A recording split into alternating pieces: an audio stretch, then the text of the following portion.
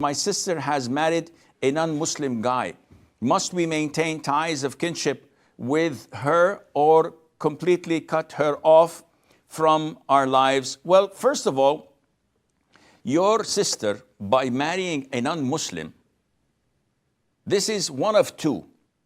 Either she believes that it is permissible to marry a non-Muslim, despite the clear verses in the Quran that prohibits it, despite the hadiths of the Prophet ﷺ that prohibits it, despite the consensus of all Muslim scholars who say that this is invalid and it's prohibited and it's sinful. If she insists that this is a legitimate marriage, she is an apostate, she's a disbeliever.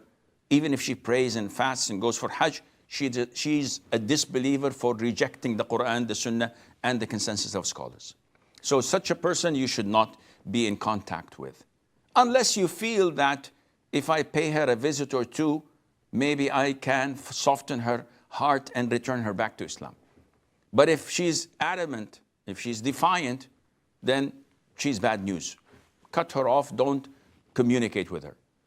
Or she knows that what she's doing is sinful, but she loves the guy.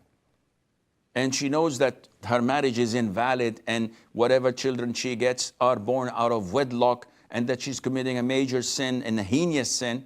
In this case, she is a sinful Muslimah. And you have to weigh the pros and cons of staying in contact or not. Because most likely, if you stay in contact without normalizing the relationships, without inviting her adulterous boyfriend, who she says is her husband, without having any contact with him.